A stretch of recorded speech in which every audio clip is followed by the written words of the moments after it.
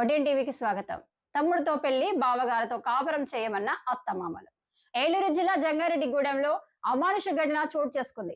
బావగారితో పడుకొని సుఖపెట్టాలని వివాహితకు అత్తమామలు బలవంతం చేసి గృహ నిర్బంధం చేశారు.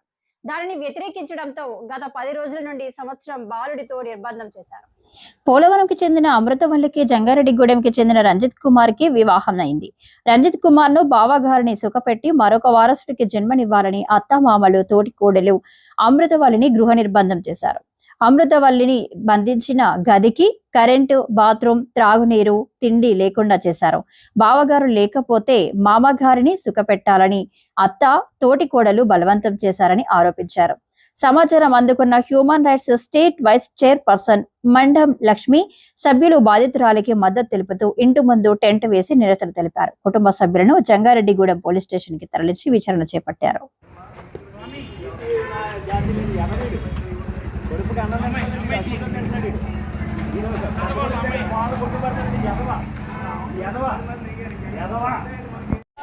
అమ్మ నీకేం బాధలేదమ్మా? ఎస్ఐ గారు ఏంటి ఏంటి ఏంటి దేనికమ్మా?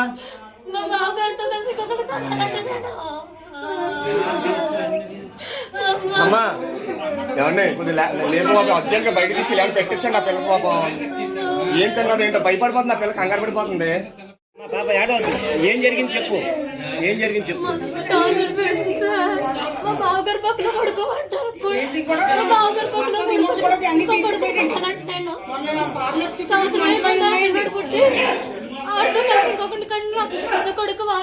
ఎన్ని రోజులైందమ్మా మీ గదిలో పెట్టి నిన్ను?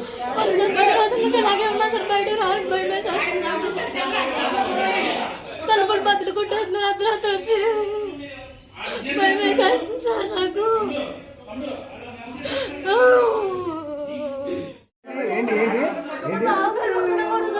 దేనికమ్మా? మా బావగారితో కలిసి అమ్మా ఏమండి కొద్దిగా లేపు అర్జెంట్ గా బయట తీసుకెళ్ళి ఏమైనా పెట్టించండి ఆ పిల్లకి. పాపం ఏం తిన్నది ఏంటో భయపడిపోతుంది ఆ పిల్ల, కంగారు పడిపోతుంది. చిన్నపిల్ల మంచం కూడా లేదు. అమ్మా జీవితానికి న్యాయం చేయాలి, న్యాయం చేయాలి. జీవితానికి న్యాయం చేయాలి, న్యాయం చేయాలి. అందరూ కూడా సహకరించండి. కాపాడాలి కాపాడాలి కాపాడాలి కాపాడాలి కాపాడాలి కాపాడాలి. శిక్షించాలి శిక్షించాలి శిక్షించాలి, శిక్షించాలి. అత్త మామలు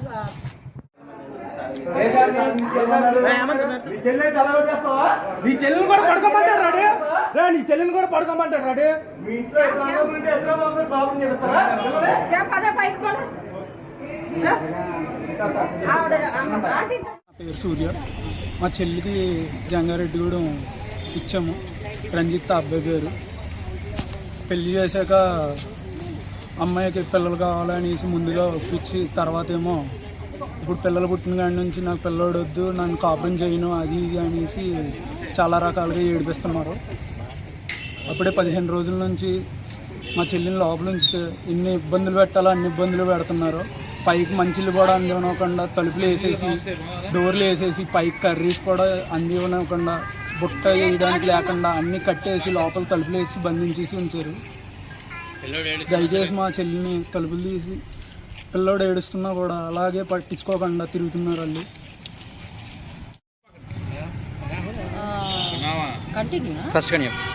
నా పేరు Mandam Lakshmi, international human rights chairperson, corporate sector. And ఇప్పుడు మీరు చూస్తున్నటువంటి బిల్డింగ్లో బాధితురాలు అమృతవల్లి అని చెప్పేసి అమ్మాయి ఉంది. ఆ అమ్మాయికి ఇది 3rd ఇయర్ మ్యారేజ్ అయ్యి పెళ్ళైన తర్వాత యాక్చువల్గా వాళ్ళు అత్తగారికి 2 మగపిల్లలు. పెద్ద తనకి పెళ్ళై ఎన్ని సంవత్సరాలైనా పిల్లలు పుట్టలేదు. ఈ అబ్బాయి పుట్టిన తర్వాత సంవత్సరం తర్వాత కన్సీవ్ అయ్యింది. అమ్మాయి కన్సీవ్ అయితే అతను మ్యారేజ్ అవ్వగానే ఈ భర్త రంజిత్ కుమార్ అనే అతను పిల్లల కోసం చాలా తాపత్రయపడి మనకు పిల్లలు పుడితే మా మదర్ వాళ్ళు చాలా సంతోషిస్తారు అని చాలా హ్యాపీగా ఎక్స్ప్రెస్ చేసినటువంటి పరిస్థితి. అయితే పిల్లడు పుట్టిన తర్వాత మరి ఏం జరిగిందో తెలీదు.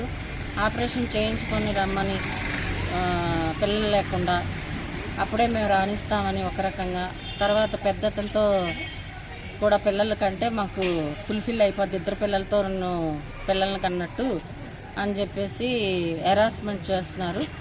అయితే వాళ్ళ బంధువుల సహాయంతో ఈ రోజుకి 13 రోజులు అయ్యింది ఆ అమ్మాయిని దిగబెడితే కనీస వసతులు ఉన్నటువంటివి కూడా తీసేసి మా దగ్గర ఆధారాలు ఉన్నాయి.